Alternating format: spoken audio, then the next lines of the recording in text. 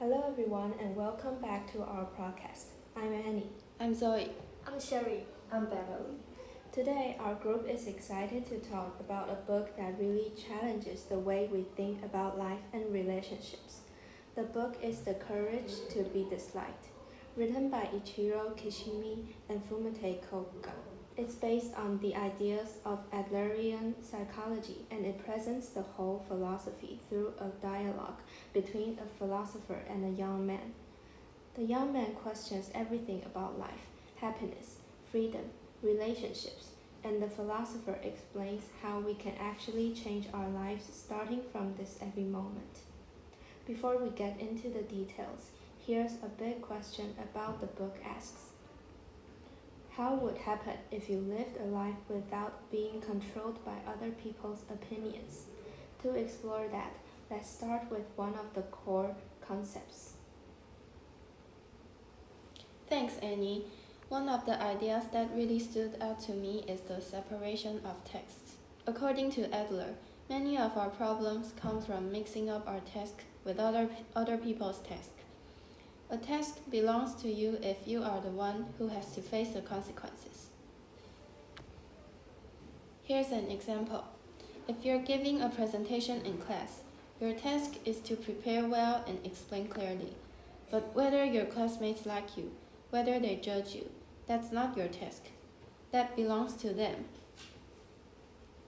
When we try to control how others feel about us, we end up stressed and unhappy.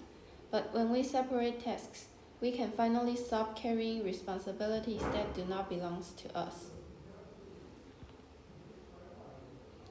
This idea made me think a lot about how we often live for approval instead of for ourselves. And that connects to the idea of belonging and community feeling, which Sherry will explain next. Thanks, Zoe. Another important concept in the book is community feeling, or seeing yourself as part of a larger group and choosing to contribute to it.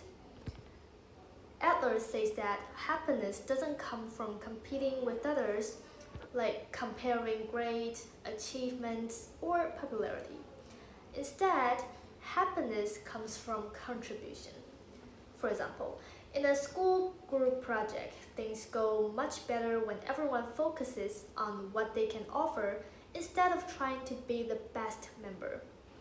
When we contribute, we feel connected and we also gain a sense of meaning. And honestly, this idea shows up in everyday life too. Even small acts, helping a friend understand the concept, supporting someone who's stressed, or sharing what you're good at, can create a feeling of purpose that competition never really gives. It's a quieter kind of happiness, but it lasts longer and feels much more genuine. The book suggests shifting the question from how do I win to how can I help? And honestly, that perspective feels lighter, kinder, and more freeing. It puts you out of that tight, competitive mindset and places you into something much more open. Almost like suddenly there's a room to breathe, to connect, and to move forward without all the pressure of comparison and constant self-measurement. It feels less like a race where you have to prove yourself and more like a journey where you actually get to walk alongside the world. This naturally leads to another big theme, courage. Especially the courage to live in the present and act even when things are uncertain. Beverly will talk about that. Thanks, Sherry. One of my favorite parts of the book is the idea that courage is not about being fearless. It's about taking action even while we are scared. The book calls this the courage to be happy and also the courage to be disliked. Adler believes that our past does not determine our future. What matters is the action we choose right now. You don't need to fix your past or wait for perfect conditions. You just need the courage to take a step.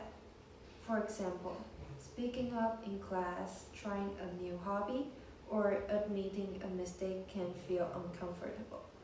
But courage means doing it anyway, without expecting everyone to approve.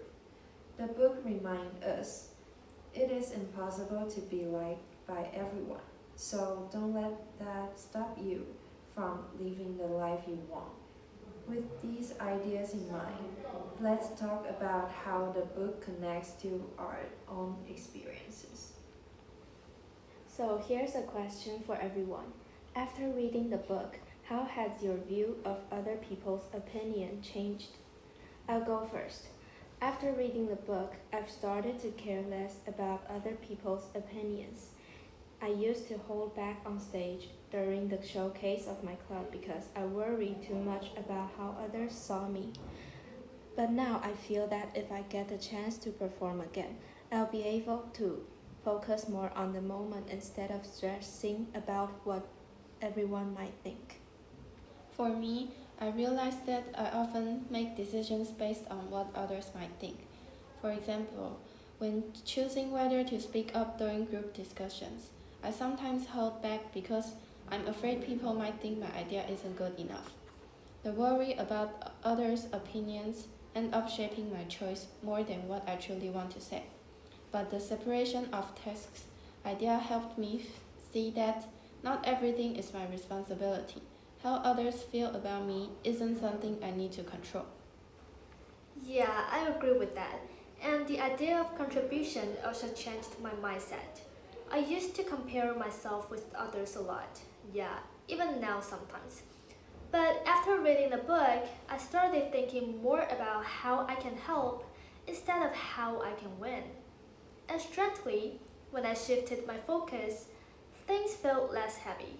I stopped obsessing over whether I was ahead or behind. And I could actually see people not as competitors, but as people I can learn from or support. It didn't magically erase all my insecurities, but it gave me a new direction to walk toward, one that feels a lot more meaningful. Same here. I think we all care about being disliked. For me, I often worry about how people in dance clubs see me, even the ones I'm not close to. I catch myself wondering what they think of me and whether I'm doing something wrong. And even though I know that rumors or gossip don't improve my dance skills at all, I still can't stop caring about whether people think I dance well or whether I get along smoothly with everyone. But the books showed me that being myself, even if it means some people won't like me, is actually an act of courage, and that feels empowering. So to wrap things up, the courage to be disliked teaches us that we can choose how to live right now.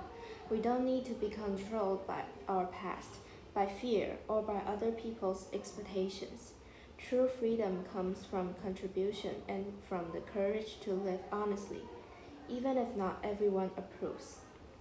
Thank you so much for joining us in today's episode, and thanks for listening, and we'll see you next time.